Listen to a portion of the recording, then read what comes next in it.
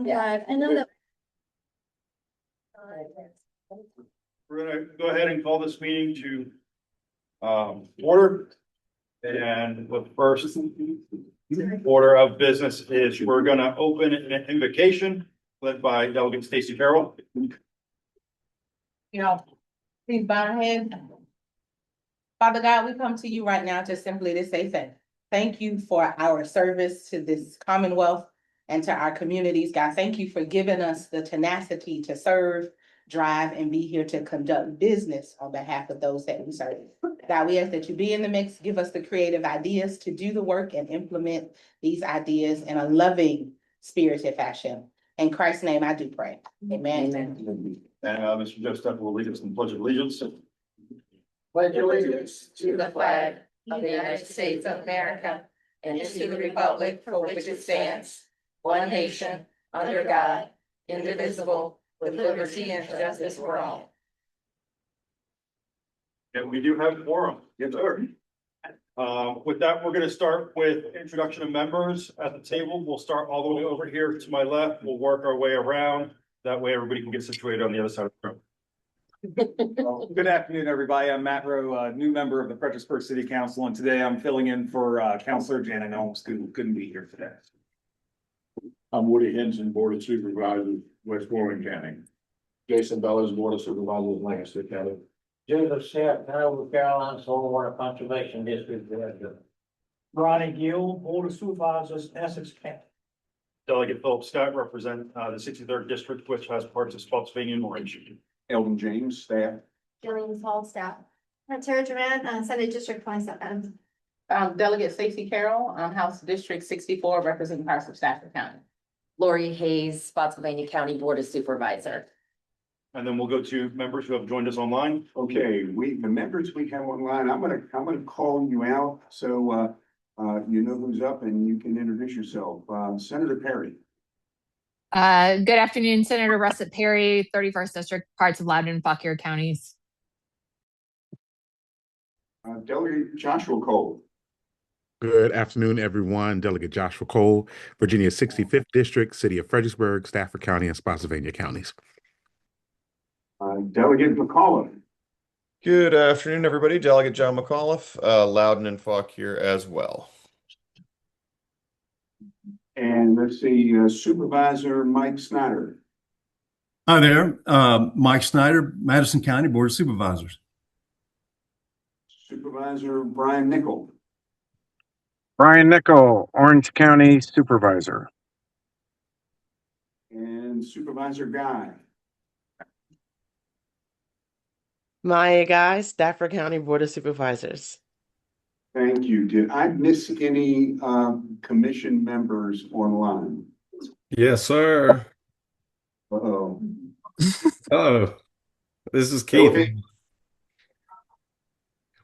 Yeah, Keith Hodges, Delegate 68th District, Gloucester, Matthews, Middlesex, King, Queen, and Essex, and actually former chair. Yeah, how could I forget? How quickly they. Thank you. I don't mind bending your ear, Alvin. Did I miss anybody else? Yeah, this is Keir Whitson, Vice Chair, Rappahannock County Board of Supervisors. Thanks, Eldon. Thank you, Keir. Good to have you back. Yeah, thank you for that. I'm waiting. Did any other misses on my part? Okay. Mr. Chairman, I think I got through that part. All right, and then we'll turn behind us here and we'll go with the guests that we have in the room. We'll start right here at the end of this row, and then we'll work our way back. Good afternoon, Martha Moore, Virginia Farm Bureau. Brandon Cole, Department of Environmental Quality. Brianna Heath, George Washington Regional Commission. Robert Lloyd, don't spread on me. Alana Hutto, Rappahannock, Emma Kelly's Chesapeake Bay Commission. John Brindle, Staff and Utilities. Elsa Vadnick, interim to the Stacey Carroll. Wilson, Administrative. Caroline Scalia, Assistant Secretary for Agriculture and Forestry. James Alexander from Madison County. Stuart Overby, Phillips Bradley. Martina James with Alvin Steve.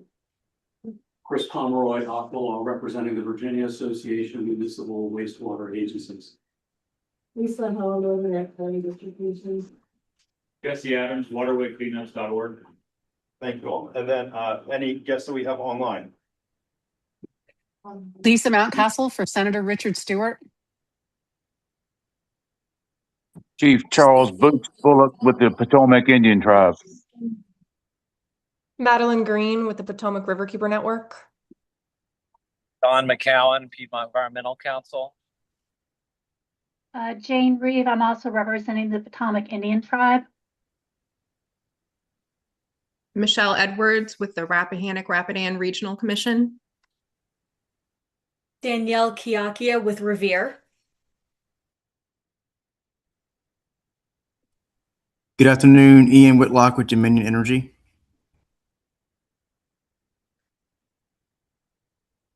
Brent, I think that leaves it with you.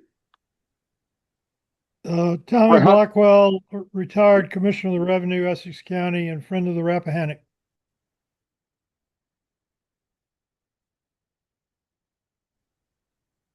Okay, we have Brent Hunsinger with Friends of the Rappahannock. I see you there.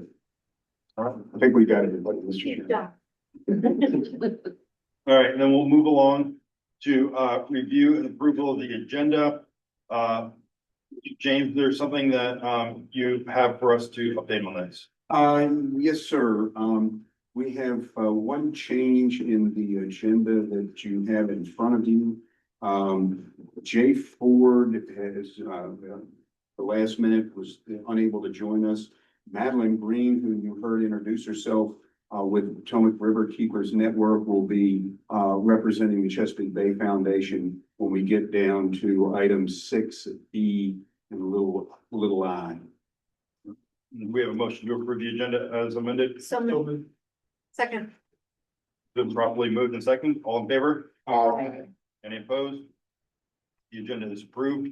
Next up, we have the consent agenda. We have 5 items there. Do I have a motion to approve the consent agenda? So moved. Second.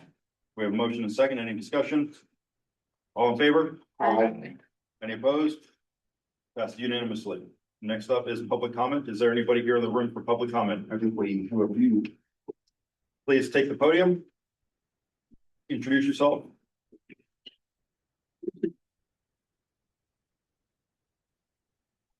Good afternoon. I'm James Alexander from Madison County. This is a local issue, but the Madison County Board of Supervisors voted to invite the commission to look into this because of the problems it had caused and because of the interface between the facility and DEQ. Both of them present problems. And I looked at the recent river reports and stream reports that the DEQ published July 15th. This is a category 5 stream, meaning it's impaired E. coli. It's the Great Run Creek. So this facility discharges 15,000 gallons under a pollution permit. They have never been in compliance. And I say never, I mean, every time they've been inspected, they're not in compliance. So we challenged the reissuance of the permit, had a big public hearing, May 27th, very big turnout, the room was full. We had done FOIA requests. We had $700 for FOIA documents. We presented in great detail what's going on with this facility. It includes facts like this. The licensed operator told his staff to throw away results if they didn't come within limits. And he later confirmed that he told his staff to do that. Totally fraudulent reports. The entire system relies on self-reporting. So if you can't rely on the reports you get, they shouldn't be within the system. FOIA documents show that their discharges were 2, 3, and 4 times the volume that the system can handle. Years of it, right? 15,000 gallon discharge permit, 42,000 gallons for shoving. Obviously untreated sewage being thrown out. What happened? When we published that and made a filing with DEQ, the facility came forward and said, we want to revise our numbers. So they revised all 4 years of numbers to read 15,000 gallons. And DEQ said, okay, let's just close that file. And then they put a smiley face next to that message. So they don't catch it when it's happening. And when They revise it falsely. The discharge monitoring reports are contemporaneous with the event. You don't go back 4 years and say, we want to change all those numbers. This place has never been in compliance, even during this process. May 12th, they get a notice of violation. Why? Because they're throwing human excrement down the hill. Down the hill's a problem because this facility discharges into a dry ditch that runs for 1.8 miles through residential properties until it reaches the Great Run. No discharge to a stream here. They use the fiction of discharging to an unnamed tributary that has zero flow. So we're challenging it. This is a problem that can be fixed and should be fixed to eliminate this kind of Category 5 problem. The only facility on the Great Run is this facility. This is a problem that can be fixed by eliminating this facility, a system on site, and end this. I have no wish to involve the facility or DEQ in further proceedings. My idea is to resolve things as soon as possible. I will hope that the commission, should they be so willing, would examine this record and try to assist in resolving this. That's it. But I appreciate your listening. Thank you very much. Anybody else here for public comment? Seeing none in the room, do we have anybody online? Running. Okay. Cool. Go ahead, Brian. We can't hear you. Hello. There you go. Okay, thank you. Mr. Chair, members of the commission, my name is Brent Hunsinger, Friends of the Rappahannock. I just would like to speak briefly about, we all know that waste management has been an ongoing issue. I believe there's been extensive conversations about septic systems in the past. What Mr. Alexander is referring to has to do with minor municipal wastewater systems.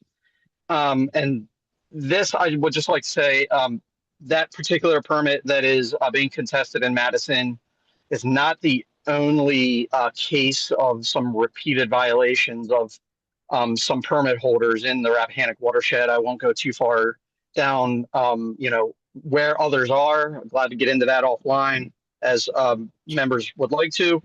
But just like to reiterate that, as we all know, we do have significant wastewater and water infrastructure challenges in the watershed and also the Commonwealth, and appreciate any help from the agencies and you all as members to help come up with solutions for some of these continuing wastewater problems that we're experiencing. Thank you. Thank you very much. I'm going to take Chairman's prerogative here and ask that the board consider looking into this more and coming up with a legislative solution for this that maybe maybe introduced this year in a special session. I don't know how things are going to go with the legislative body, but definitely next year, because that is the primary responsibility of this commission, is to come together and come up with a legislative solution. Normally, I try not to comment after something with public comment, wait to the very end, but I think this is something that's bigger than just one facility, as mentioned. And I think it would be in the best interest of this commission to add this to future meetings to discuss and consider a very clear and concise legislative answer for this. Mr.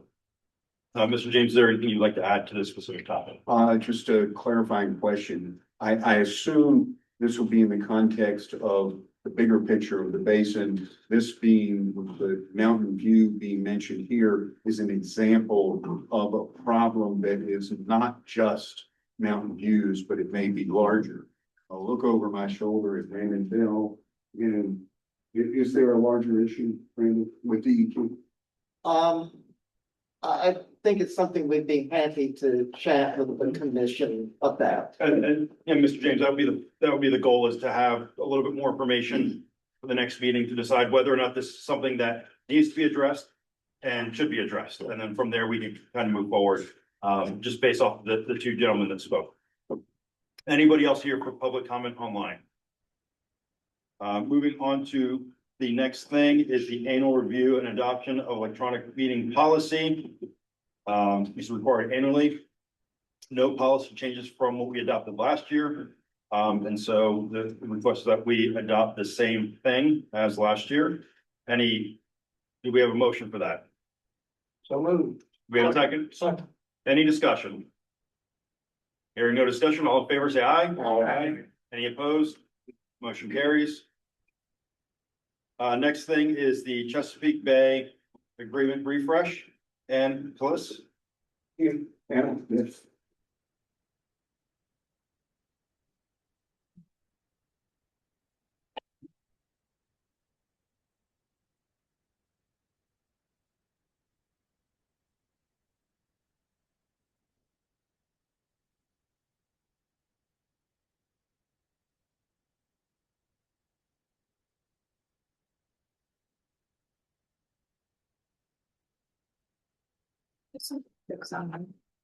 Great.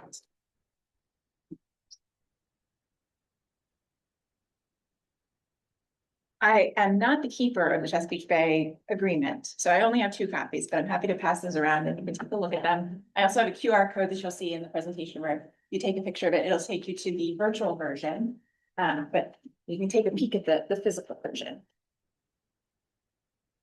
All right, so good afternoon. I'm Anna Killius. I'm the Executive Director of the Chesapeake Bay Commission. Thank you for having me to share a bit about the updated or the newly revised Chesapeake Bay Agreement. My goals today are to kind of really help set the stage. There we go. Set the stage with some background on the Chesapeake Bay program, the partnership at work to drive the program and the agreement itself, which is our guiding document, setting the goals to help you navigate the refreshed watershed agreement and what's in it. And then some of the upcoming Bay program initiatives that are going to help accomplish the goals and outcomes that are within that agreement. So first, a little bit of stage setting. Has anyone passed these signs when they go down the highway, crossing in and out of the watershed? Ever wonder who the Chesapeake Bay Commission is at the bottom of the sign? That's us, the Chesapeake Bay Commission. We like to define ourselves using a bit of a mnemonic. So if you donate to the Chesapeake Bay Foundation, you get a bumper sticker, that's the foundation. If you buy a license plate that says Chesapeake Bay on it, you're probably donating to the Chesapeake Bay Trust or the Chesapeake Bay Restoration Fund. If you pass that sign, you're looking at the Chesapeake Bay Commission, right? We often get confused with each other, but if you just think about your car and all the pieces of it, you'll keep us straight. We are a tri-state legislative commission created in the 1980s by the General Assemblies of Virginia, Maryland, and Pennsylvania. We have three primary purposes.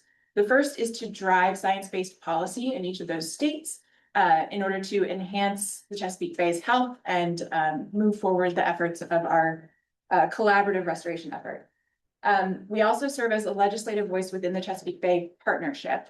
In the Chesapeake Bay program, the signatories of the agreement are all of the executives, basically, the governors of the Bay states, the mayor of DC, the EPA administrator on behalf of the federal government, and then the chair of the Chesapeake Bay Commission. We're the only legislative voice within that partnership.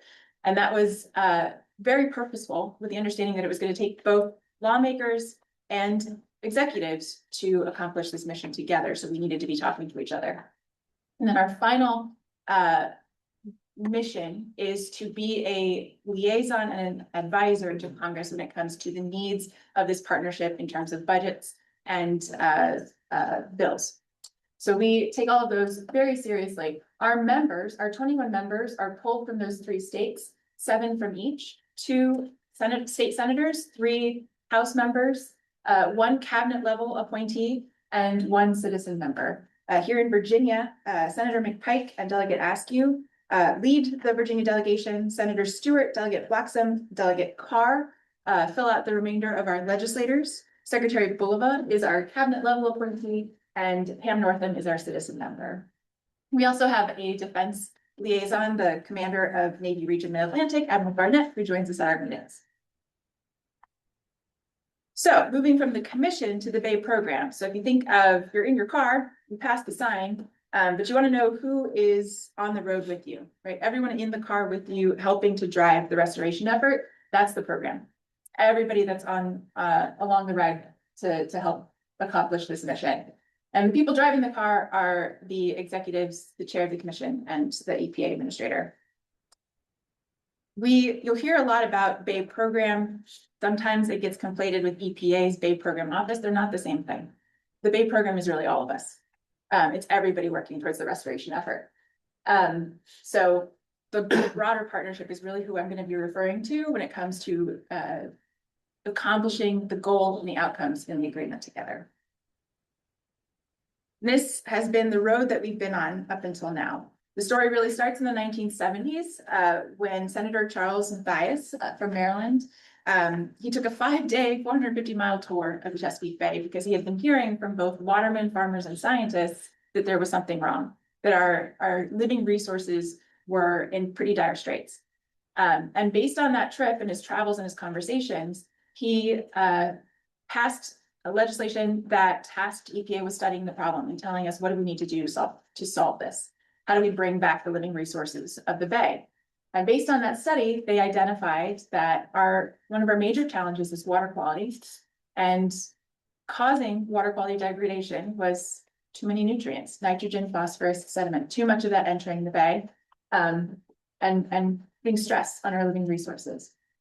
So recognizing that in order to solve the problem upstream and in our watershed, it was going to take all of these folks working together, we started to sign interstate agreements, 4 over the course of our history together, that identified common goals and basically pledged to work together in common, collaboratively, to solve those problems.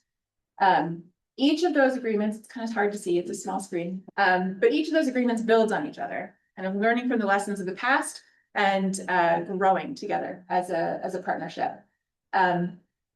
Pretty key moments in that timeline include 1987, when we had our first numeric goals for pollution reduction. What do we actually need to remove from our flow into the Bay to restore our resources? 2010, when the Chesapeake Bay total maximum daily load was established, which kind of applied a regulatory approach to keep us accountable to this work.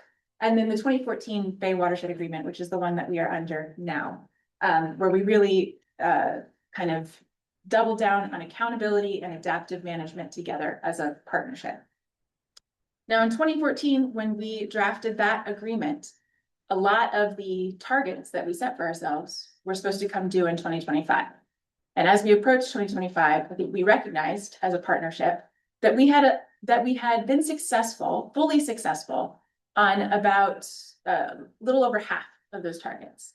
We'd made progress on almost all of them, but there were a few where we were really, having some trouble. And one of the biggest ones that caught a lot of our attention and a lot of the public attention is our clean water goals. Whether we were making progress towards those pollution reduction targets. And we knew we had more work to do. So as we approached 2025, we, as a partnership, decided we're not going to toss this agreement in the trash. We're not going to start a whole new one. We're going to revise this one so that it guides us for the next 15 years of our partnership together, setting new targets for things that we had met, revising targets for things that we were having difficulty with. And really identifying what's next for us when it comes to our clean water goals. So based on that process, it took us about 2 years to get through all of that together and keep everybody at the table with us. We were successful. So in December of last year, the Executive Council came together in Baltimore and they approved the revised version of the agreement, what I just sent around, and what you can get to through this QR code.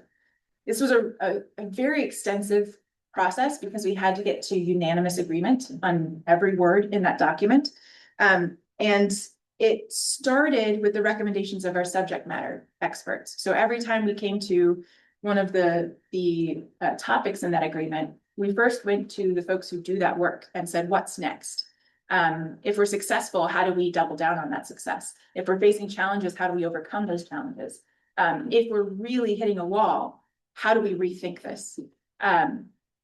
So from those recommendations, we kind of negotiated language. We sent it out for public comment. We got that comment back. We revised again, and we sent this up to our Executive Council to approve.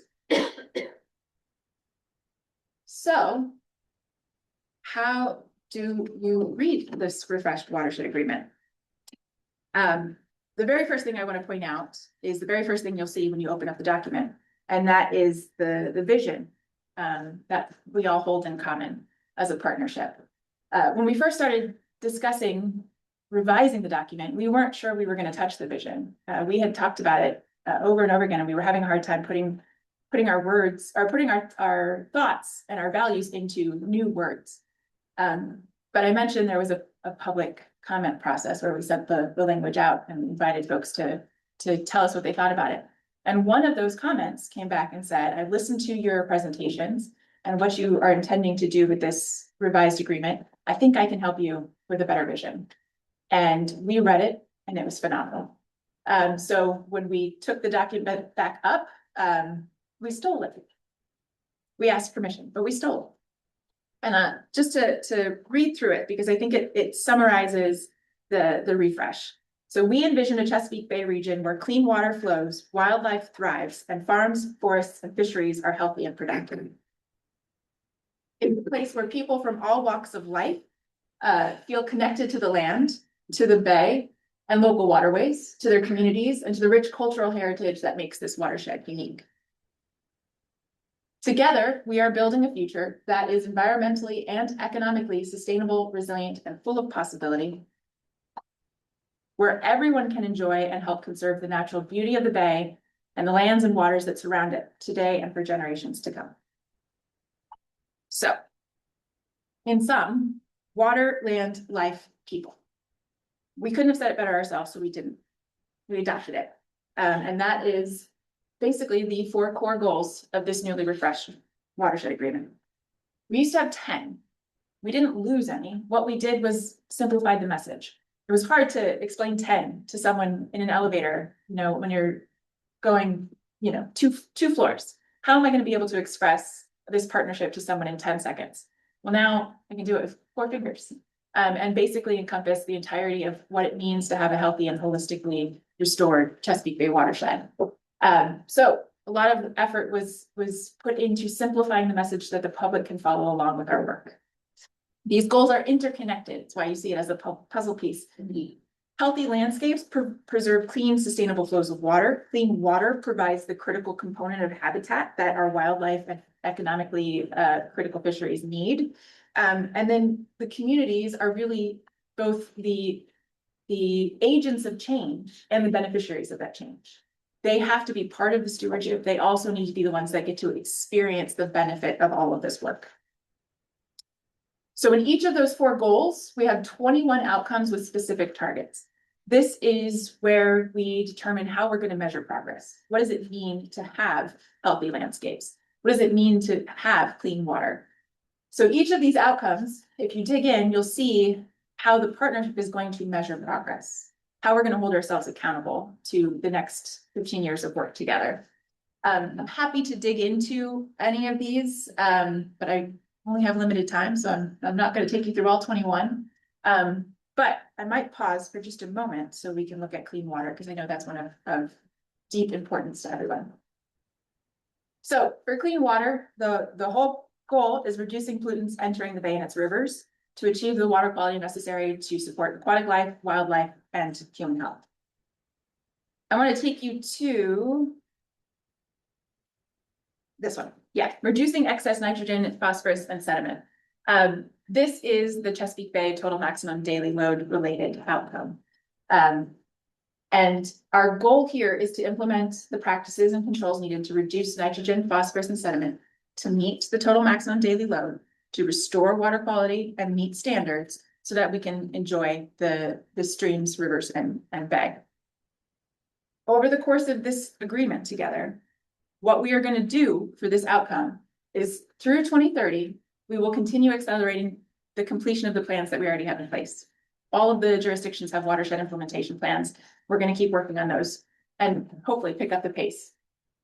By the end of 2030, we should be revising our pollution reduction targets using a newly revised model that is in the works.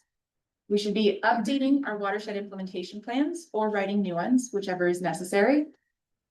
And that plan should tell us how we're going to meet those revised targets by 2040. And then we should be demonstrating those reductions using both modeling and monitoring between now and 2040. So that's the next 15 years of clean water progress together. Going back. So without going into all 21, what are the big ticket things you should know about this watershed agreement?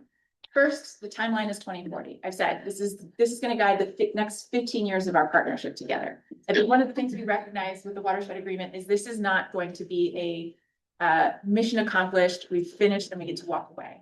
As long as we expect to get benefits out of this watershed and out of this bay, we are going to be working together to manage it and to protect it and conserve it. So this is the next 15 years together.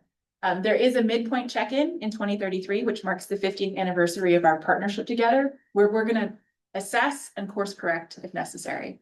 And we also have interim targets throughout that 15 years and regular progress reports so that we can't just kick the can down the road to year 10 and then figure out we're in trouble. It's driven by the science. So I said every single target started with the subject matter experts.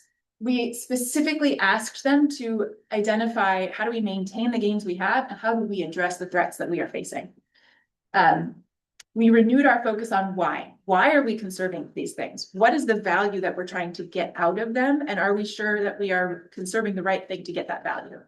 We also asked who is benefiting and how from each of these, particularly in the public access and engaged community space.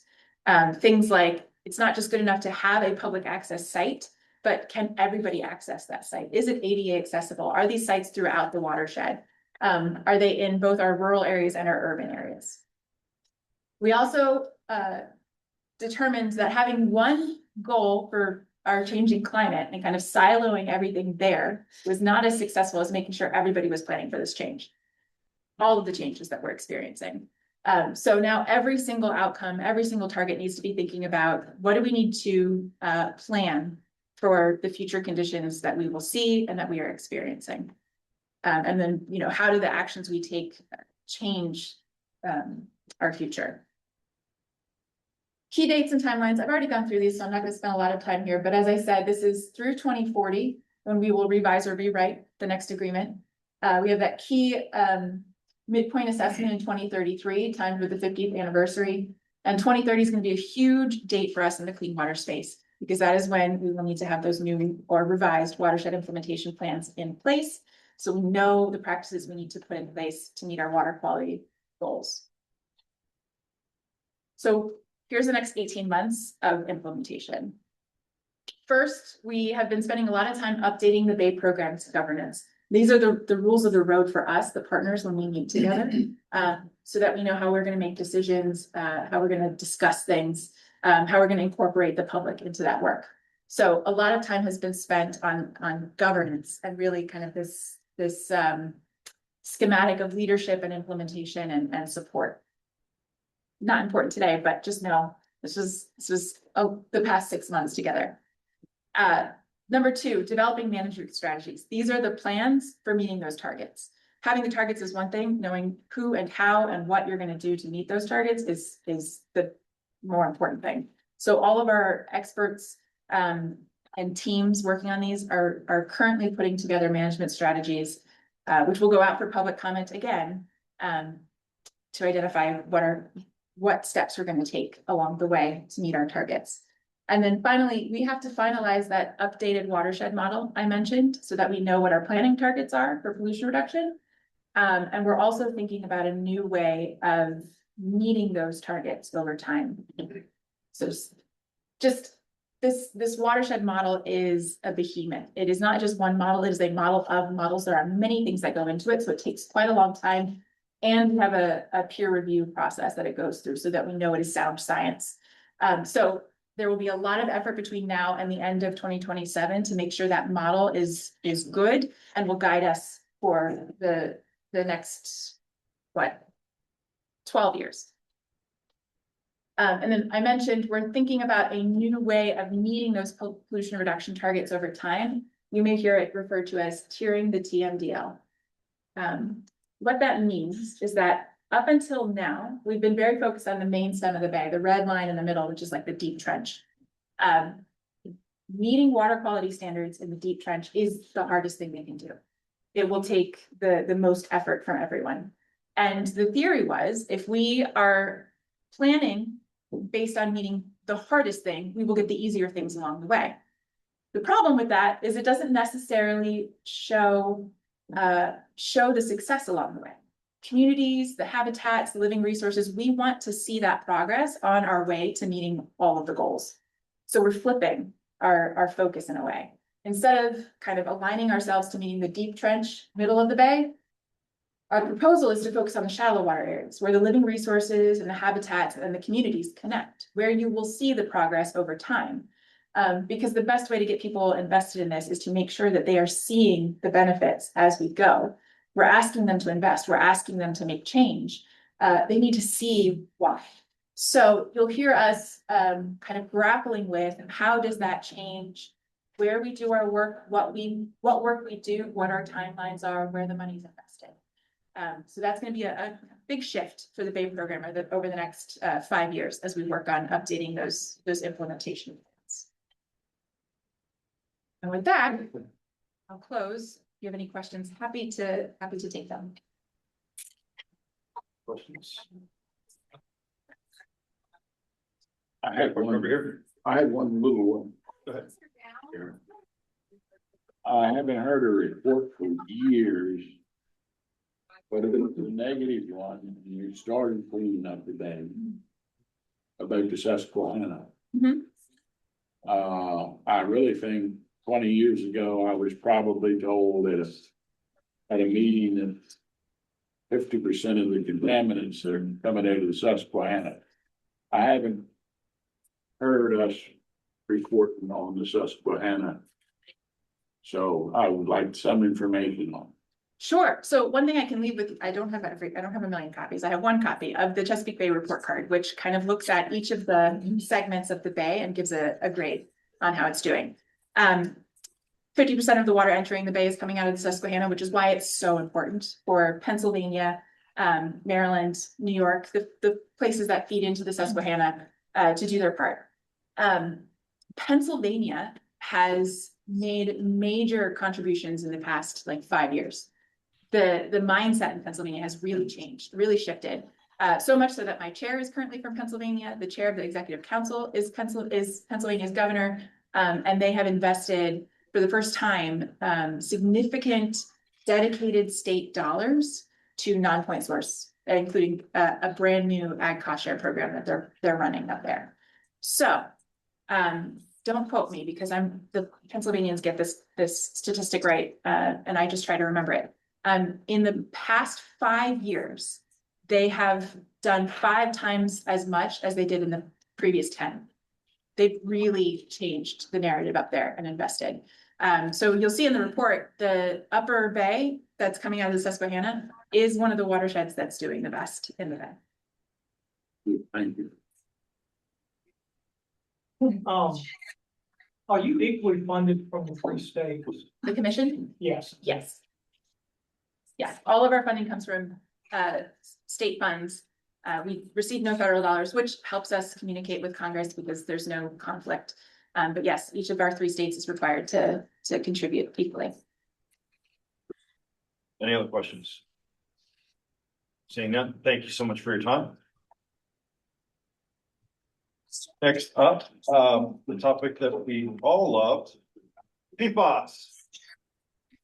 Legislation overview and perspectives.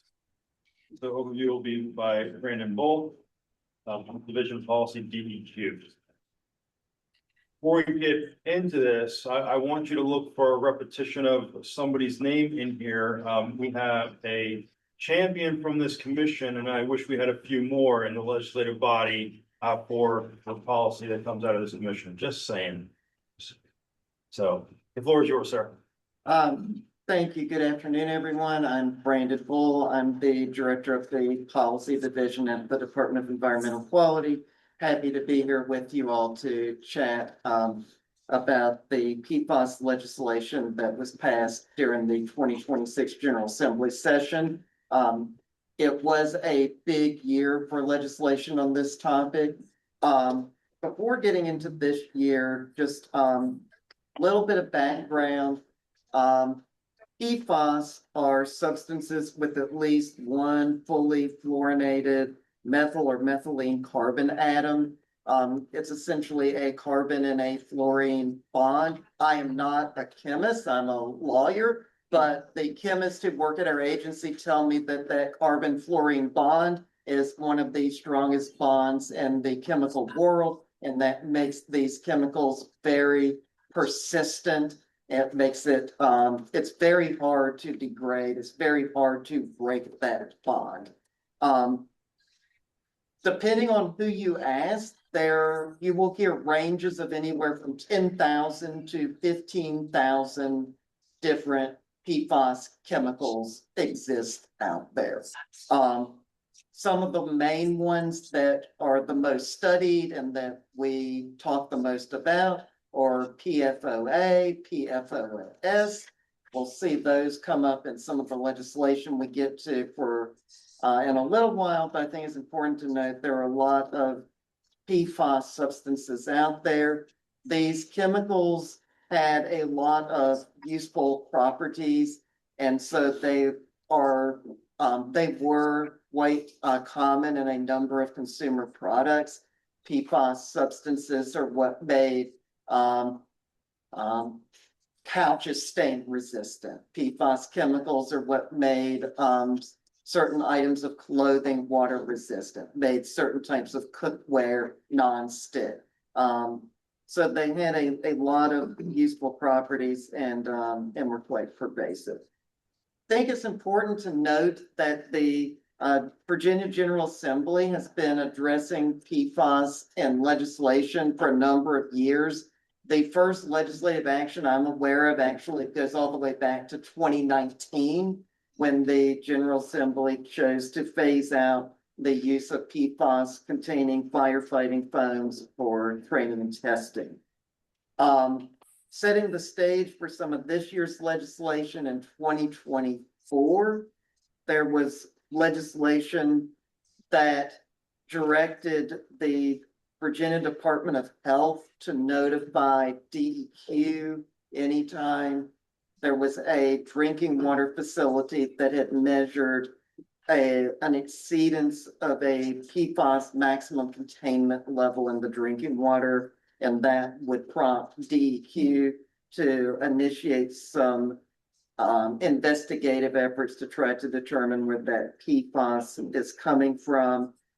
There was more legislation last year, but then coming into the 2026 session, there were three different legislative concepts that came out during the session. So turning to this year, and apologies for the small font size on the screen, but the first legislative concept we should talk about was Delegate Clark's House Bill 938 and Senator McPike's Senate Bill 138. This legislation is targeted at industrial sources of PFAS. So what these bills do is it requires publicly owned treatment works to notify industrial users from certain categories. And the categories are some of those where PFAS use is most common. So the publicly owned treatment works notifies those industrial users that they're required to monitor for PFAS on a quarterly basis for a year. And the POTWs receive those reports from the industrial users of their system, and then they also transmit those reports to DEQ. Again, the thought process, the intent, I think, behind this legislation is to help wastewater treatment plants, publicly owned treatment works, that is, identify potential sources of PFAS that may be coming through the sewer into their system. And that tees up very nicely with the next legislative concept that I want to talk about, which is PFAS and biosolids. Biosolids, for those who are maybe new to this space, of course, when you have a wastewater treatment plant, you have your liquid effluent, but then you have your solids that are left behind. Those solids are called sewage sludge, and biosolids are sewage sludge that have been processed and treated such that they can be land applied, marketed, or distributed as a essentially a fertilizer product. There's been concern, there was a lot of concern leading up to this year's legislative session about PFAS in biosolids. So we have the results the General Assembly passed. Delegate Lopez's House Bill 1443 and Senator Stewart's Senate Bill 386. Which requires sewage treatment works to test their sewage sludge that's intended to be land applied, marketed, or distributed as biosolids. The legislation will require them to test monthly beginning in January 1. And it will be monthly through December 31, 2027. Afterwards, there's some provisions where it may be reduced to quarterly if certain conditions are met. And then the legislation also imposes limits on what may be done with those biosolids depending on the monitoring results. And there are actually two phases of limits. So the first phase, which takes place from July 1, 2027, through June 30th, 2029. If the annual average on a rolling 12-month basis shows a PFOS or PFOA concentration greater than 50 parts per billion, then those biosolids cannot be land applied, marketed, or distributed. Just as an aside for those, again, who may be new to this space, land application, of course, refers to the placement of biosolids on agricultural fields. It could be fields that are being used in forestry. When we talk about marketing and distribution, we're talking about the Class A biosolids, which are bagged and sold in stores. Anyway, back to the legislation. If the testing shows that the concentration of PFOS or PFOA is between 25 and 50 parts per billion, then those biosolids can still be land applied, but the application rate has to be reduced to 3 dry tons per acre or less if that's what's required by the nutrient management plan for that site. And then finally, if it's less than 25 parts per billion PFOS or PFOA, then the biosolids may be land applied, marketed, or distributed in accordance with their current permit with no additional requirements. It's important to emphasize, I've been saying PFOS or PFOA. It's an or for those first 2 years, and that's significant because once we get post July 1, 2029, the limits ratchet down. And while the numerical values stay the same, the way it ratchets down is because that or becomes an and. So after July 1, 2029, if there's a PFOS and PFOA concentration of greater than 50 parts per billion, so again, and you're adding the two together, greater than 50 parts per billion, then you cannot land apply, again, if you're in that middle tier of 25 to 50, you can land apply, but have to reduce the land application rate. And if you're less than 25, no additional requirements. That's the big picture overview of the testing and the limits in the legislation. There are lots of other provisions in the bills as well. One that's very important is there's a landowner right to know provision included in the bill. So the land applier is required to provide the test results to the landowner where land application will occur. And DEQ is directed to come up to work with our stakeholders to come up with a reader-friendly format for those test results by this fall. There's also provisions in there governing how DEQ is to update the relevant permits for both wastewater treatment plants and land appliers to account for the new limits and requirements in the legislation. And also, there's an enactment clause in the legislation that directs DEQ to use the PFAS Expert Advisory Committee to develop several recommendations, including essentially the things on the screen here that DEQ will be working with the PFAS Expert Advisory Committee to study are issues that were known and discussed during the legislative process, but not resolved by this legislation. And they include things like PFAS sampling for industrial residuals, sampling for soils, remediation and disposal options, potential revisions to the limits, sampling for groundwater and surface water. So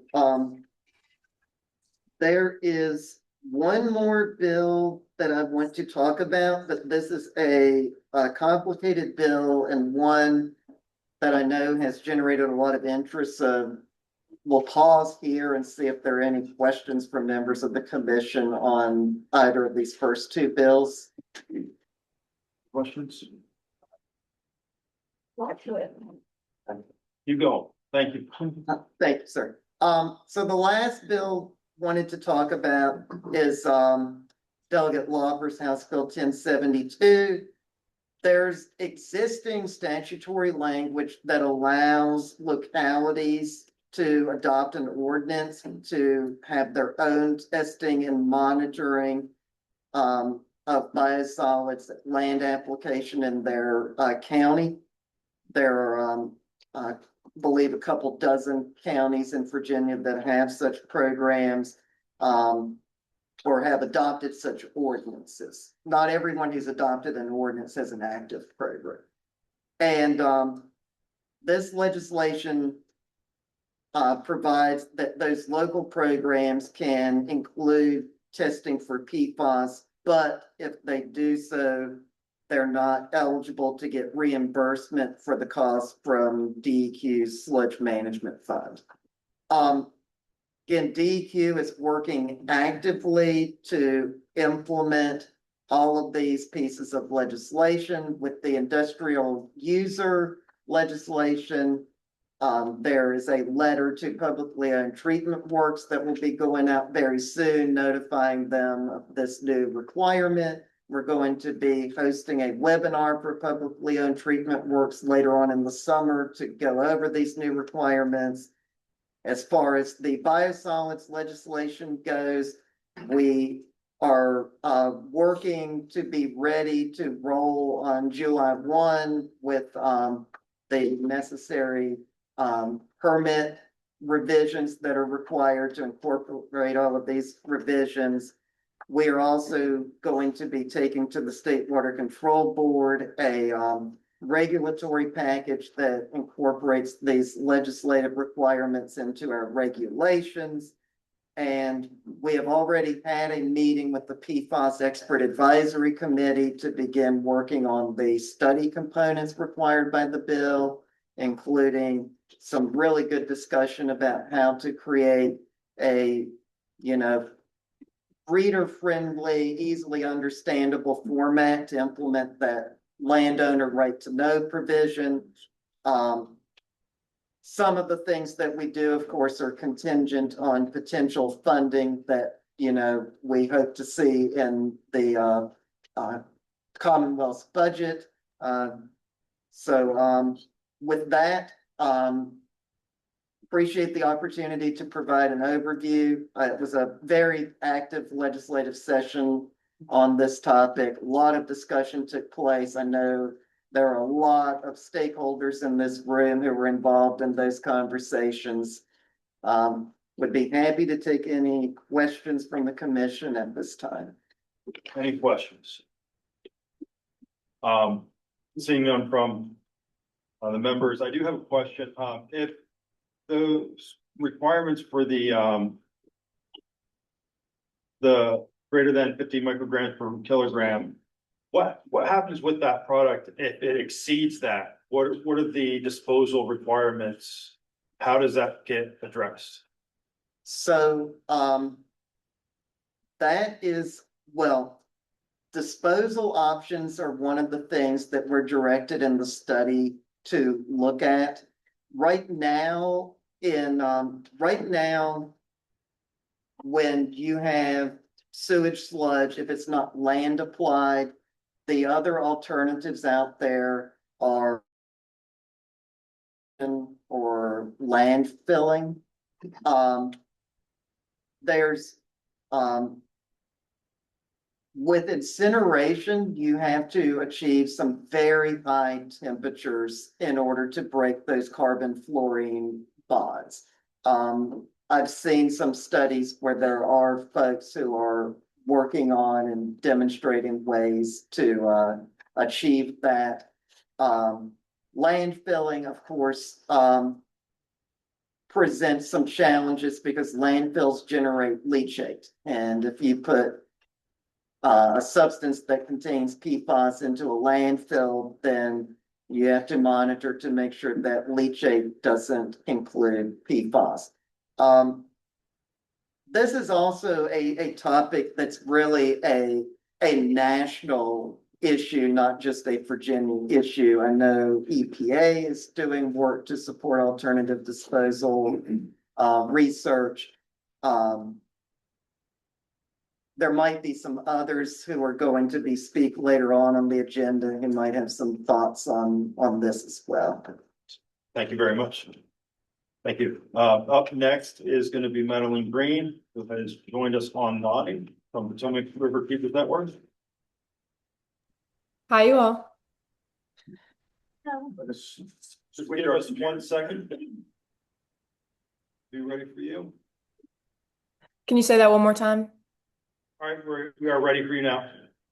Okay. All right. Sounds good. Thank you all for having me. I'm filling in for Jay at CBF today, but I was a partner in the room with him while we were negotiating this bill alongside a bunch of other stakeholders. So I'm going to talk a little bit about what the environmental community as a whole thinks is really good about this bill, and then where we think we could use a little bit of work. The best couple things about this bill have to do with testing and disclosure. It's really important to know that before this bill came out, there really wasn't testing or disclosure of any PFAS coming out of wastewater treatment plants. We had some patchwork information coming from some of the larger ones, but those were only accessible via FOIA. Whereas Maryland has had a system in place for a long time with much less patchwork data on the PFAS that's coming out of their treatment plants. The second best thing that's going to come out of this bill is that landowner disclosure. Anecdotally, talking to farmers over the past couple years, our organization has found that most farmers don't know what PFAS are, or that PFAS are arriving in biosolids that they're receiving on their farms. It's not part of the package that they get when they sign up to receive biosolids, and they don't really recognize that there are health consequences that come with receiving this material. And so that farmer disclosure is going to be really important to folks to understand what it is. And that reader-friendly format that they receive and the context in which it's given is also going to be really important to farmers making a decision as to whether or not they're going to be receiving biosolids. And we call that a farmer's right to know. There's a couple of things that need work that I'd love to talk to you about. The main one is that these thresholds are a little bit too high to do two things. One, be protective of human health, and two, really lower the amount of PFAS in the environment in a practical way. We have reporting and research from the Environmental Protection Agency, which says that for biosolids that are applied once a year with amounts of PFAS containing 1 part per billion of PFOA or PFOS, that reaches an unacceptable level of risk to human health if it's applied for one application over a period of 40 years. Now, we can't apply that data perfectly to what's going on in Virginia because we don't know everybody's specific situation. Not everybody's doing one application. A lot of people are doing more. Not everybody's applying for 40 years. A lot of people are doing less. But what we can say is that we recognize that 1 part per billion meeting the standard for unacceptable human health means that it's really likely that the 25 part per billion of PFOA or PFOS is too high. The other thing that we can say is, given the patchwork data that we have available in Virginia already from a lot of the bigger wastewater treatment plants, most of those are falling under the threshold of 25 parts per billion, even when you combine the two, because it's really relevant to know that most contamination that you're going to get is PFOS, and only 10 to 20% is PFOA. So when we're combining those two things to ratchet those thresholds down, it's not by a whole bunch. And so we don't have a lot of data from a lot of those smaller wastewater treatment plants, which means that we don't know how much is meaningfully going to be lowered. But from the data that I've seen so far, it seems unlikely that a lot of wastewater treatment plants will have really any major changes to their current standard of practice. One of the last things that I wanted to bring up is that we're monitoring these things through PFOAs and PFOS, which are two legacy PFAS chemicals that aren't actively being manufactured as much as things like Gen X or any of the other 10,000 PFAS chemicals that we have that haven't been phased out in the way that PFOA and PFOS have. The fact that those are being reported to farmers is really good. The fact that we're not making our thresholds dependent on the amount of chemicals that are actively being manufactured like Gen X could probably use some work. There's some research that says that these things are maybe a little bit safer because they pass through the body faster. The problem is when we don't set standards for those chemicals at all, our overall load of these chemicals is higher and the risk is roughly the same or more. I think those are the things that I wanted to speak to. Is there time for folks to ask questions? Absolutely. Is there any questions from the commission? All right, seeing none, thank you so much. Thank you all. Chris Palmer is going to be next. This was me first. I missed that. Okay.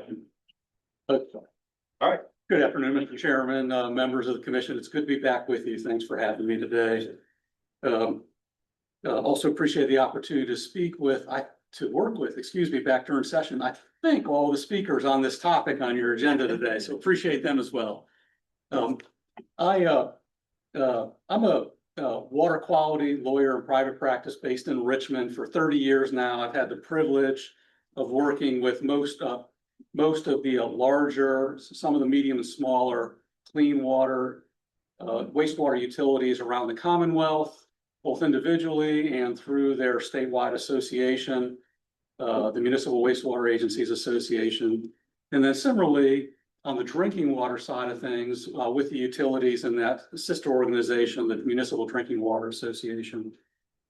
Our members have been working hard, struggling with different aspects of this problem for several years now as the regulatory structure and the knowledge about the problem evolves.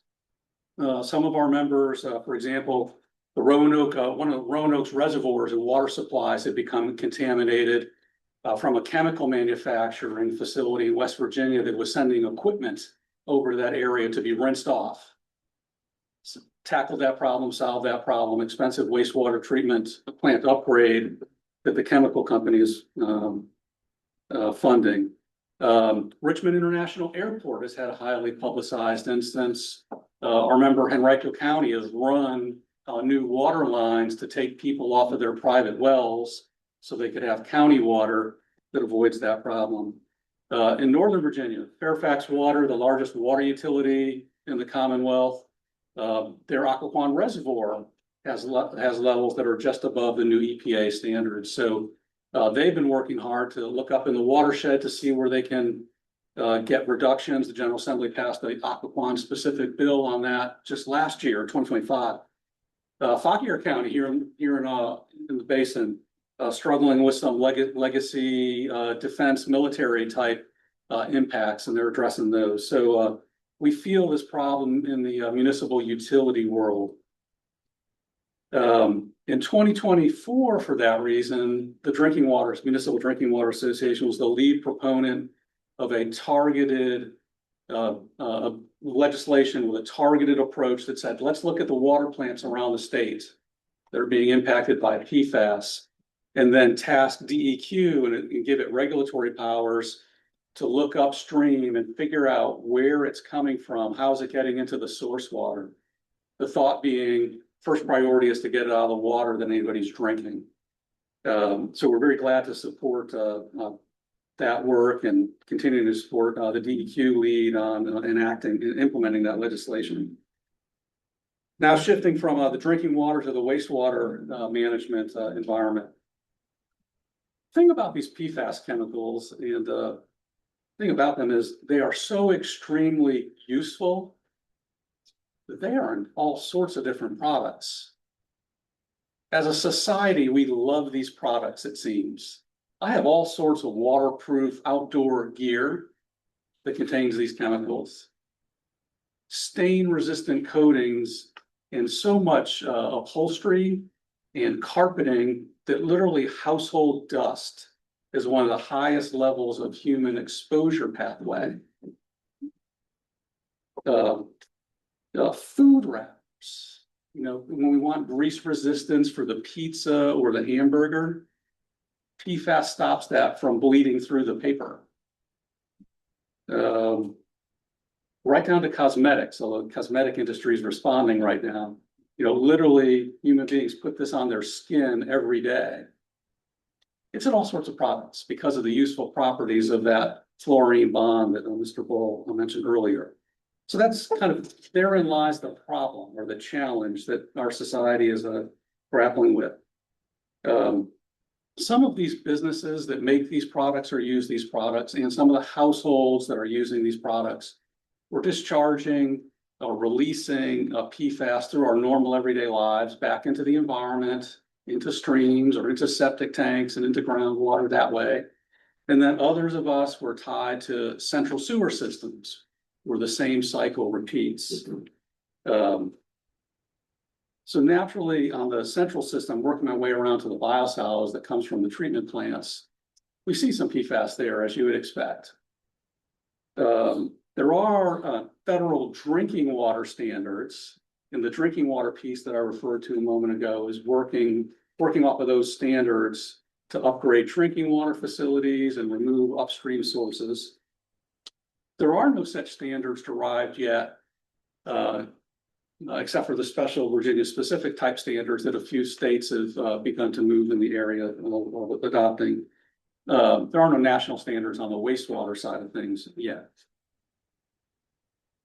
One of the reasons for that is, while drinking water, I mentioned it first because it's, for obvious reasons, the most important thing. It's also a lot easier to treat. Drinking water is relatively clean to start with. And you put it through a drinking water plant and it's extremely clean. It's the type of material you can run through a filtration process. There's specialized carbon filtration processes that are good at treating that. They're expensive, but we know how to do them and they work. Wastewater, the matrix, the media itself, not nearly as clean. The plants make it as clean as possible, but it's in a different league as drinking water. And for that reason, it's that much harder to treat. On the wet side of the wastewater process, there are no scalable technologies available. We're really blessed in the Commonwealth from a wastewater utility standpoint. If you kind of look around the nation, we really have a lot of the best here. It was made to be that way because of early Potomac River water quality issues that were tackled in the 70s and 80s. Concepts that kind of got extended into the Chesapeake Bay program with nutrient removal, consistent with Anna's talk earlier, plays a big piece in the restoration efforts there. Got a lot of the best infrastructure around. We've got some of the best human talent around in terms of folks running some of the most advanced facilities around. National engineering firms have been parked here in Virginia with offices, bringing their national, international experts on these topics for years. The examples that I mentioned at the beginning, they're pulling in the best talent on that. So we've got the brightest minds working on the issue. Source control. Source control is a huge part of this. The organization I represent, NAMWA, was pleased to support the legislation on industrial sewer user monitoring that the DEQ representative mentioned earlier. In fact, we're gearing up right now to put those industries on notice. They're our customers, but we're required to notify them next month by July 31 under the statute that those listed in that slide you saw, they must start monitoring. The monitoring is going to come in, and then we're going to have a discussion with Commonwealth what to do about it when we see what those numbers are. And there are no clear thresholds out there on this. It's going to be one of these things like we just went through on biosolids, similarly, kind of picking numbers to distinguish higher levels from lower levels, less tolerable higher levels from more typical kind of statistically lower type levels. Now for biosolids, this relates back to the chairman's question earlier. For materials that test over the thresholds that were mentioned, what can you do with it? Yes, a couple other alternatives. One is high temperature incineration. The other is landfilling. Right now in Virginia, to kind of put this in perspective, about 60% of biosolids generated in Virginia are land applied for agricultural purposes. We get a lot of good nutrient value and soil amendment value that the farmers really love. With a good product, we want to maintain that value into the future. Not quite 40%, maybe 35% is presently incinerated in some of the larger communities. New incinerators have not been in a long time. I'm back to that. And then about 5% is landfill. Recently one of our members had a study done of landfill capacity in Virginia. The landfills generally don't want much biosolids. They can use it as daily cover, but there's only so much of it that they can and want to handle. So I'm not proposing that landfilling is the answer, but if landfilling were made to be the answer, we'd have to construct more landfills and require them to take the material. That brings us back to incineration. This is the most promising approach out there at scale. The industry knows how to do this. These are just large capital intensive facilities that would need to be funded, sited, constructed, permitted by DEQ. I guess that comes before the construction, right? Constructed and then operated in accordance with those permits. So we either get good in Virginia about, we get these testing results, and those are coming over the next couple of years, and figure out what the levels are. As was said earlier, I think we should all be happy to hear, like the Potomac Riverkeeper representative mentioned, we should be happy to hear that the levels in Virginia are relatively low, and we don't see them popping high up above these thresholds. These thresholds, by the way, in your legislation are among the lowest in the country. Most states don't have this. So we kind of have a good overall good situation in that regard. I'm sure as we get some monitoring, we'll monitor these industries, and we'll find some that we have to tell them to cut it back and install pre-treatments. By the way, these are your constituents, and they're not going to like that because it could be very expensive for them to do. When I first became a clean water lawyer, there's a whole socioeconomic section of the statute, which has been a challenging piece to implement. And my mentor grew up in the 70s and 80s working on paper mills, and pointed out to me as a young lawyer that the Clean Water Act's been responsible for putting many paper mills out of business. No one's happy about that, but it did have a cleanup benefit. We're about to require testing on a whole lot of businesses, metal platers, manufacturers of all kinds. They're going to produce data, and people might not like the data they produce. And policymakers in the state are going to be confronted with, what do we do? And that's how these pieces kind of fit together.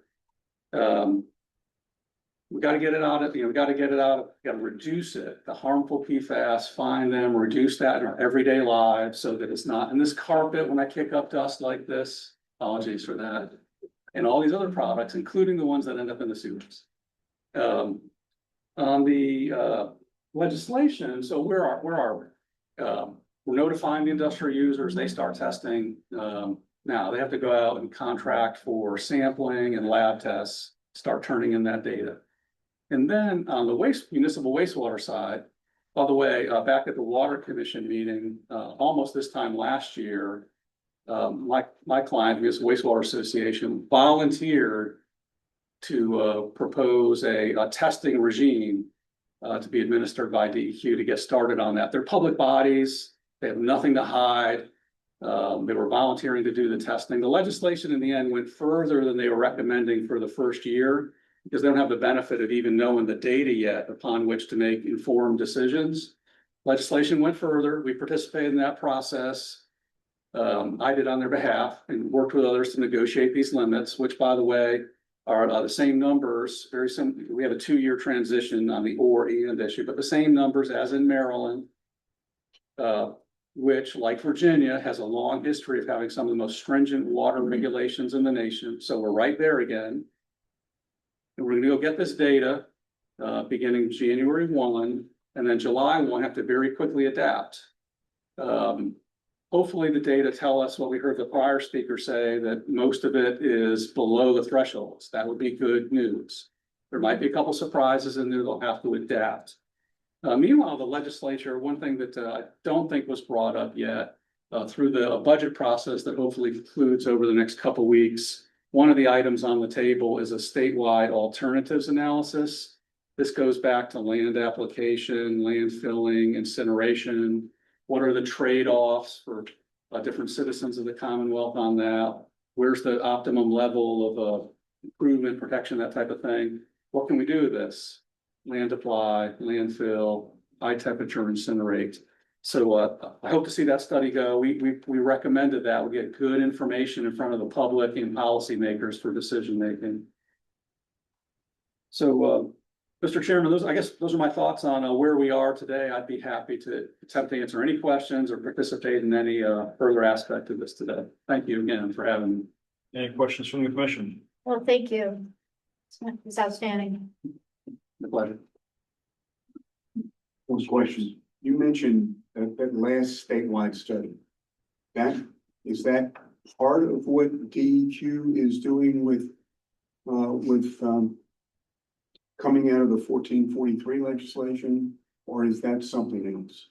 There's a little overlap in the scope of the enactment clause to House Bill 1443, but the piece that I was specifically referring to, Elvin, there is a budget language in one of the two bodies right now that actually provides substantial funding to DEQ so they could contract with experts in these areas, presumably, or staff it themselves if they choose. But it's a $500,000 one-time appropriation to really dig in to those issues. So it's probably a matter of degree.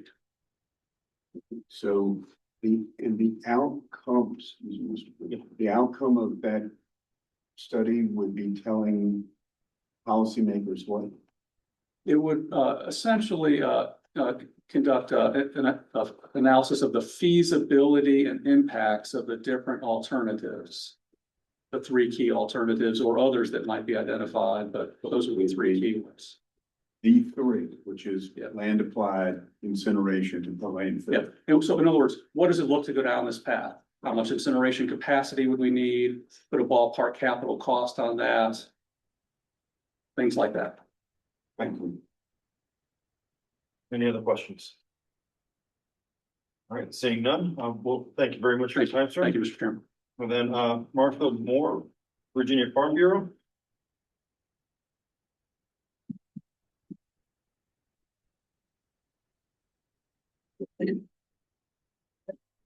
Thank you, Mr. Chairman. Martha Moore, Virginia Farm Bureau. I too want to put some context of the discussion of this bill by first just telling you why farmers are interested in even having land application. As previously stated by one of the speakers, it offers, farmers a valuable opportunity to improve soil health, reduce cost, increase productivity, and adapt sustainable practices that benefit both their operations and the environment. It is a nutrient source. Has essential plant nutrients. It is a slow release type fertilizer. It reduces the need for commercial fertilizer. And right now, with the input costs that farmers are facing, it provides that alternative to provide the nutrients at a lower cost. And it is recycling. It is the ultimate in recycling of nutrients, where instead of having the nutrients compiled like in a landfill in a compressed area, it is spread out over an area, which has, there's much research that talks about why that is the best alternative with regards to how you dispose of it. It does improve soil health. It increases the organic matter. It enhances the soil structure. It reduces erosion. It has beneficial microorganisms, and it's a moderation of soil pH. So many times lime is also applied with it. So it stabilizes the biosolids to help neutralize acidic soils and maintain a proper pH for crop growth. There are economic benefits, as I've already mentioned: reduce fertilizer costs, it increase crop yields, and it lowers operational cost. Environmentally, it reduces greenhouse gas emissions. It is a sustainable practice, and it reduces the benefits on synthetic fertilizers. So that's why farmers are interested in applying it. But also, I wanted you to think about that it is a very regulated application of this product. Currently, the state, Brandon mentioned about the regulatory process the DEQ has. And so, and Virginia has more stringent requirements than what the feds require. There are public participations and overall permits. If there are owners or residents have adjacent properties, they can request extended setbacks.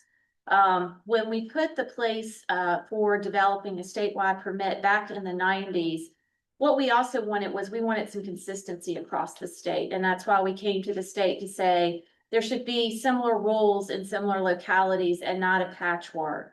And that has worked very well. There's also a requirement for certification of applicators so that they know what they're doing. There are limitations on where you can apply it. Obviously, you can't apply it in borders around ponds, lakes, or rivers, wetlands or marshes, steep areas, undesirable soil conditions, and other environmentally sensitive areas. And there's a requirement that farmers utilize nutrient management plans, which also help our Chesapeake Bay goals. So that farmers don't want to over apply it because they can't use all of the nutrients. So it doesn't make sense from that perspective. And so farmers look at what types of crops they're going to be planting, what types of crop yields, and then only apply what is needed for those crops. So that is just to refresh your memory with regards to what is regulated. With respect to our perspective, it's pretty simple. We want a safe product. We want to continue that partnership with wastewater treatment plants to provide that recycled. It's a win-win for them. It's a win-win for us in order to do it. We were an advocate in the legislation for an easy, understandable report so that farmers understand that versus getting some chemical analysis that there could be many different types of people who could say, well, this is good, this is bad. but something that would be applicable to farmers. We are waiting for DEQ to determine the work group. Really, the work group was where our main interests were. With respect to that, of how do we develop the testing protocols, what information is available, and how that information is applied.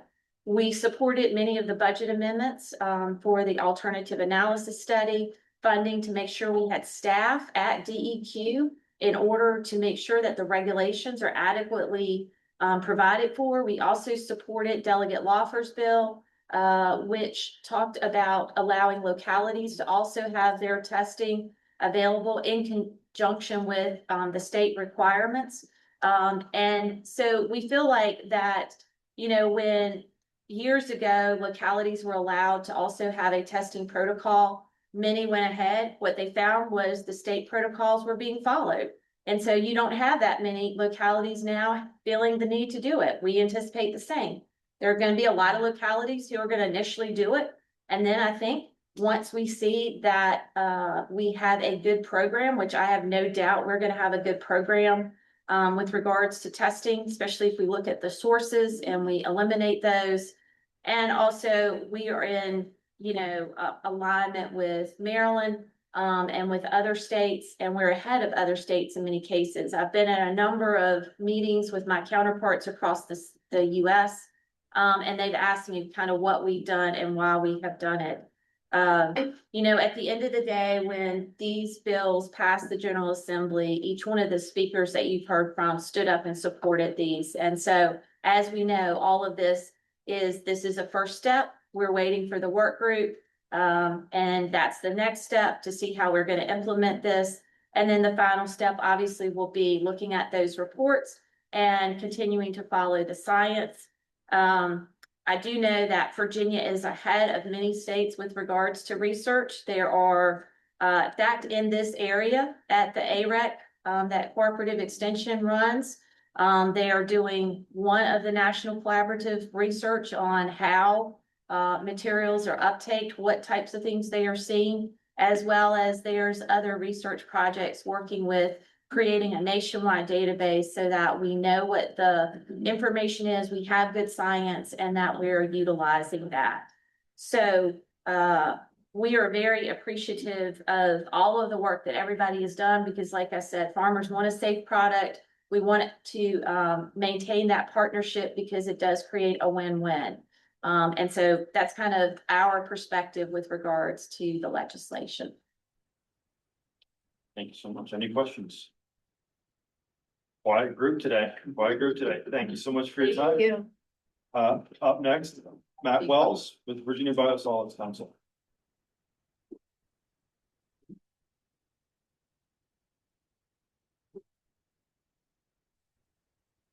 Well, good afternoon. It's a pleasure to be with you all today. I guess back with you all. The last time I talked to this group, I was the DCR director. We were talking about ag cost share, which is an evergreen topic.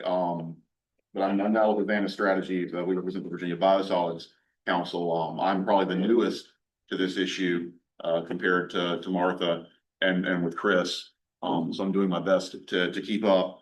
But the Virginia Biosolids Council is a group composed of municipal wastewater treatment plants, so a lot of Chris's members, and then biosolids land applicators, so the people who work with Martha and her members. So we sort of bridge the gap or the space between the two.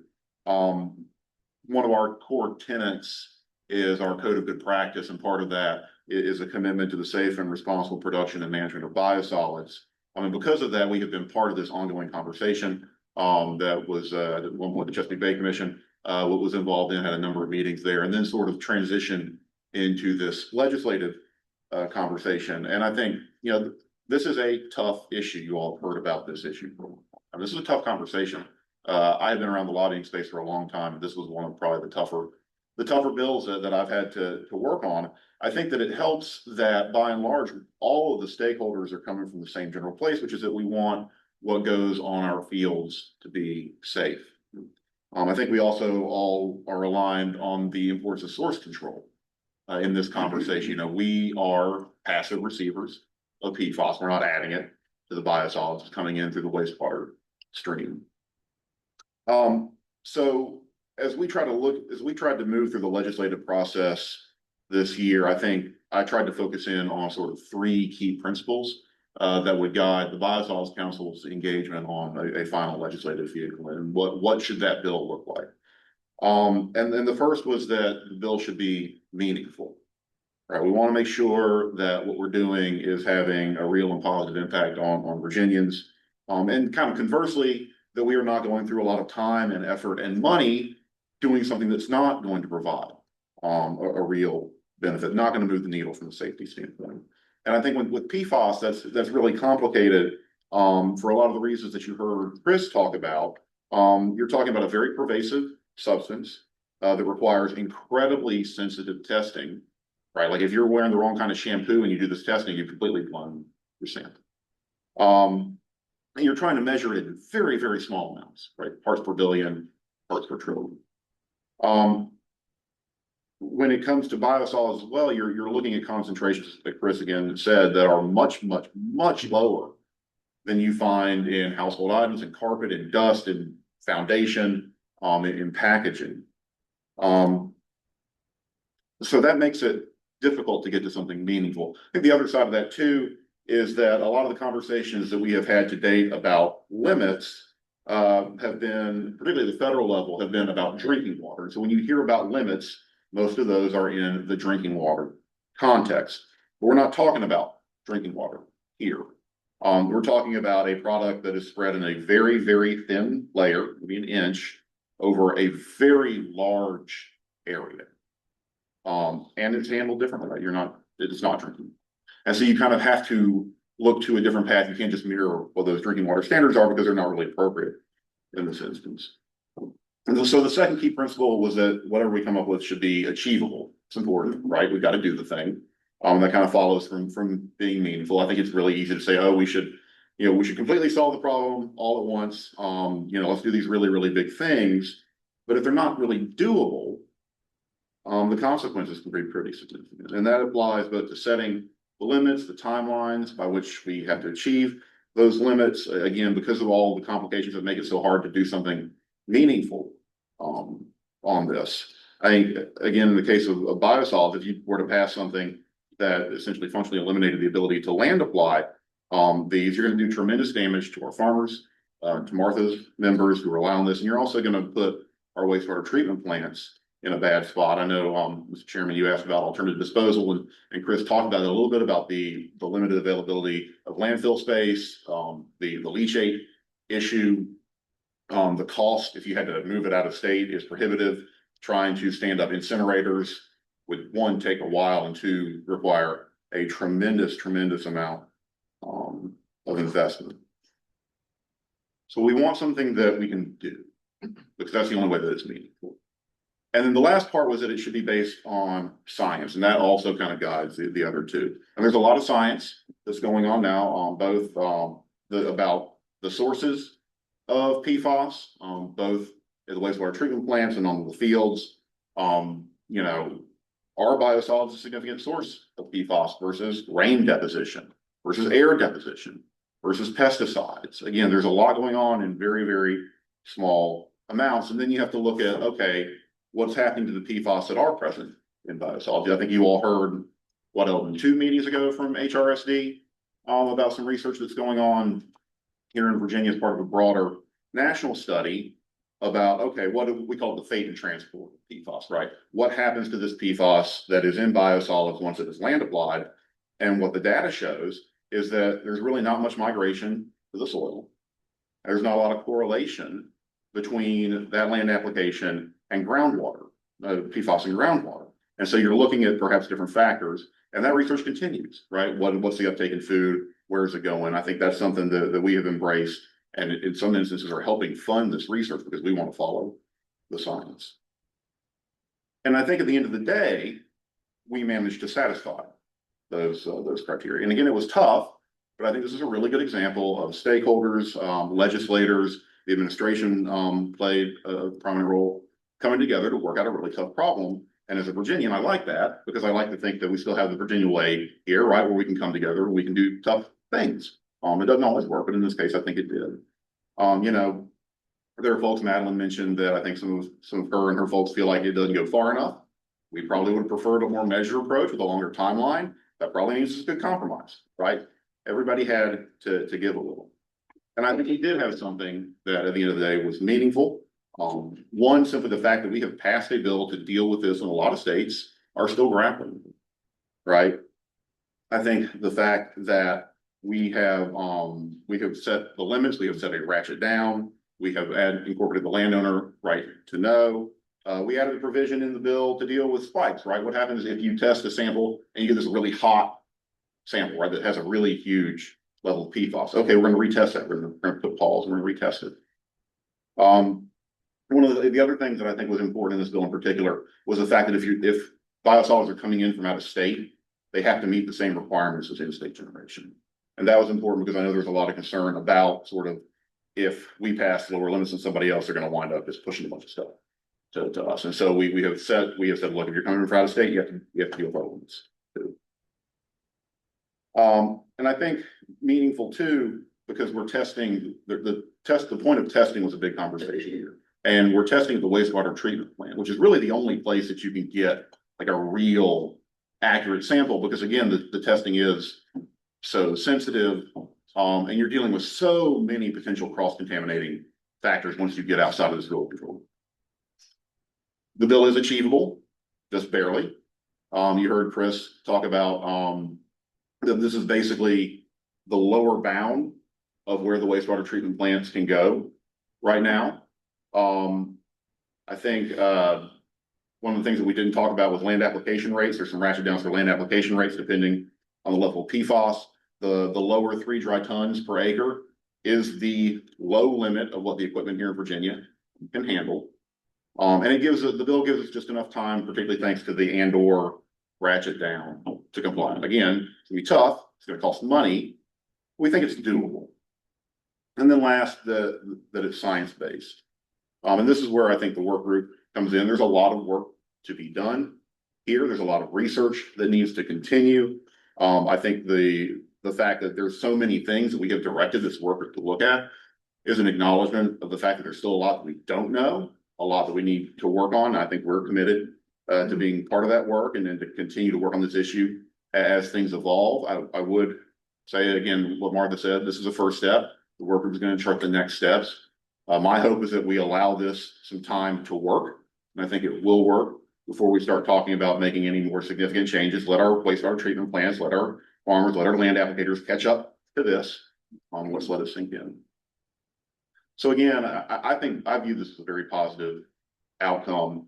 It's a tough outcome. It was a tough conversation. I want to say thanks to the patron. I know Delegate Lopez was instrumental in that. Senator Stewart had a representative on here. He was a big part of the conversation as well. The administration, I think, was crucial in coming in to help navigate the process at the end. And then, to the stakeholders, Madeline and I and Martha and Chris and a whole bunch of others spent a long time crowded into very small offices. I was going to say nice things about Jay Ford, but he didn't show up, so I'm not going to do that. Madeline, please tell him I said that. But at the end of the day, again, I think that this was a testament to everybody coming together, trying to get to that real core common goal, which is how do we make sure that what we're putting in our fields is safe. And I think we got to a good place. And so I'm happy to answer any questions. Last chance. Okay, we got a question over here, Mr. Gill. Yeah, thank you. This was a good presentation all the way around. And maybe you and maybe Martha will answer this question. Do we have any research? We know the alternative disposal methods are limited to the land application. Have we hit a saturation point with our farmers in applying biosolids to farms, or is there still a long list of folks in line trying to get biosolids? Can you have any insight to that question? Yeah, I mean, to the degree that I've heard anything from our land applicators, is that there is still a tremendous amount of demand for this. Yeah. And I guess that's a two-sided sword there, because more applications, and then the PFAS argument, how much do the localities want additional land applications? So that will come up in our local governments as well. So, but I didn't know if because some farmers don't want to use it, to be quite frank.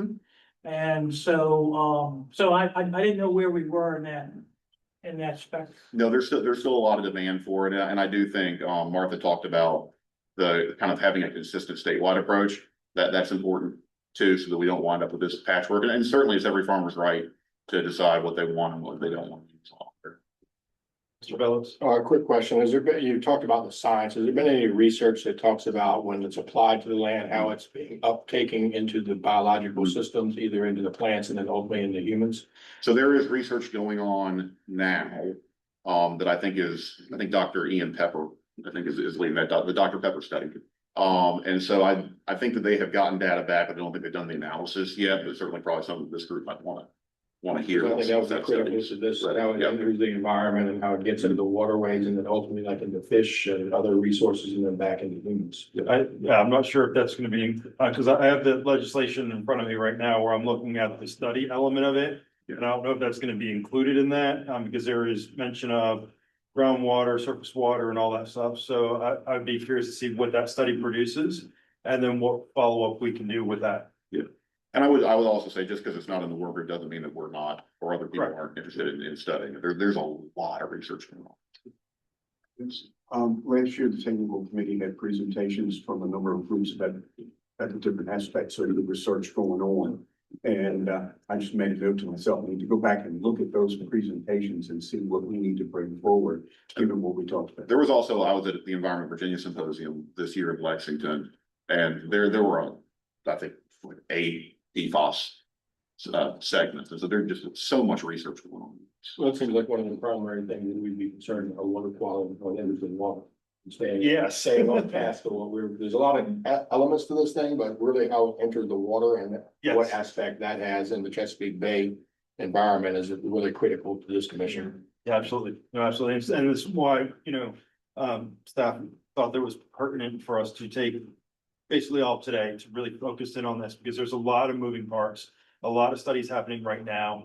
And as those things are completed and then published, they can come to before this commission. We can, again, don't know what's going to be included in that work group and the study that is being done, but we don't have to rely solely on that. We can take some of these things and dissect them ourselves and come to a conclusion. So absolutely, Mr. Bellows. Mr. Anything Chairman, else? I have a question. Go ahead. Mike Snyder. To Mr. Wells, do we have any idea how much of the biosolids are coming into Virginia from other states? I think DEQ keeps track of that, and I don't know that I have the latest statistics on it, but I think y'all track that to some degree. Okay. Don't put you on the spot, Brandon. We do keep track of that. I do not remember the number off the top of my head, but what I do remember is the amount that's coming in from out of state has actually remained fairly constant and steady over the last several years. I know there was some concern that when Maryland made some moves a couple of years ago, a little ahead of Virginia, that it might lead to an uptick of imported material, but our data has not shown that. So it's been steady. Good question. Thank you. Got you. Thank you. Any other questions? I've got one as a wrap up point, and thank you for the points you made, Mr. Chairman. Those who are on our technical committee email list, of which there's approaching 200, got an email late yesterday that we're doing a roundtable discussion for the next technical committee meeting next week. And it's an open-ended question. What's next? We've got this legislation. You've heard where we are. You've heard what's going to happen in the next couple of years. But what are the next level of policy questions that you are going to be asked as members of the General Assembly, as members of local governing bodies? And so we've kind of invited our broader group to, okay, come to the meeting and let's start talking about what those things are. And that will help us with what are some of the upcoming presentations and things that we need to investigate for your sake. Excellent. Thank you so much. All right. Moving along with the agenda, update on the review of the Rappahannock Tribe request of membership. And that update is from staff. Thank you.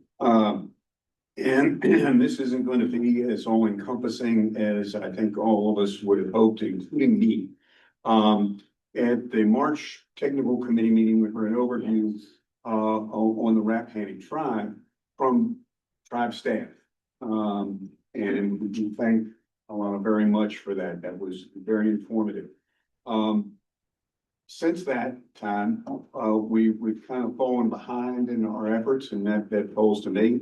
The plan was to get a bigger picture at our April meeting from the state's ombudsman for tribal consultation, who works out of the Secretary of the Commonwealth's office and supports the General Assembly's tribal mission that they have. But due to my extended illness, that meeting had to be canceled. So we plan to try to pick that up at the technical committee meeting that will take place next week.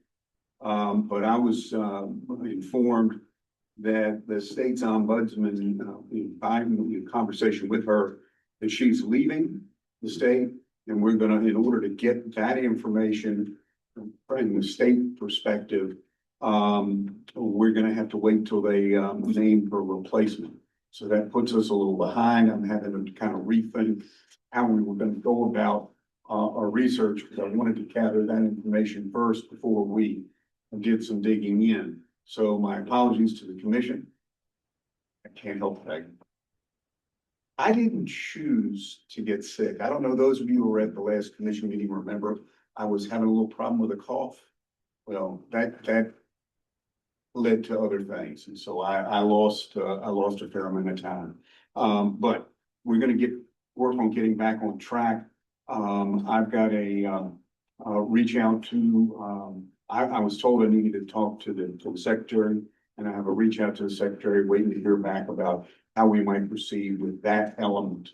And then look at the other elements, Mr. Chairman.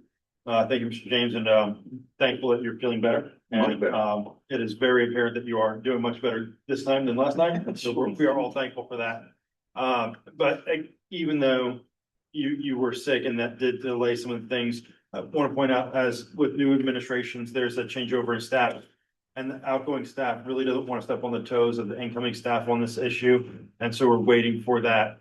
That way we don't get ahead of ourselves and then have to circle back and address anything. So there's this really interesting spot, but we're hopeful that we're going to get some answers soon on this topic of conversation. Yeah, more to come. We'd like to be a little bit farther along, but we'll work hard over the summer to get caught up and give you a more complete report at the fall meeting. Next up is the future meeting dates and locations that is there on the agenda for September 30th, Madison County, December 2nd, Meadow Event Park, next year, March 24th, Fredericksburg, and then June 23rd, Lancaster County. I'll make sure you all look at the real. All right, this is a good spot. All right. And then identification of future potential agenda items. I already mentioned the one. We will continue this conversation on PFAS as Mr. Bellows mentioned. This is right in line with what we do, and it's water quality. And this is something that we need to make sure that we're following up on. The other topic that was mentioned at the beginning, we'll be following up on that. I've already got some emails since making that comment. So that's great to get that interaction. And then any other topics from the commission you need to bring up?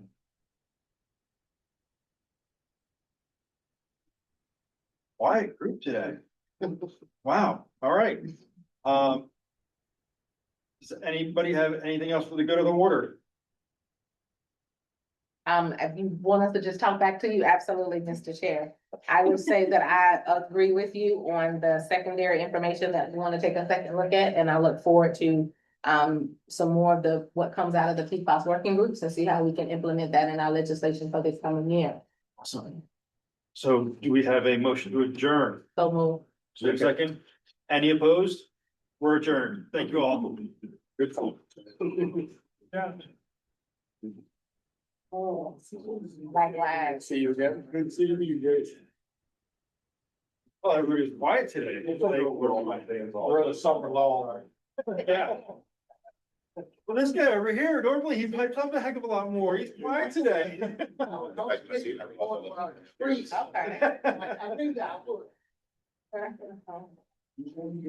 I'm getting older, I'm tempering myself.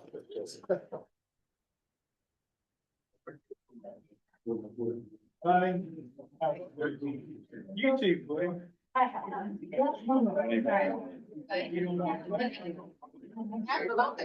Okay. Absolutely.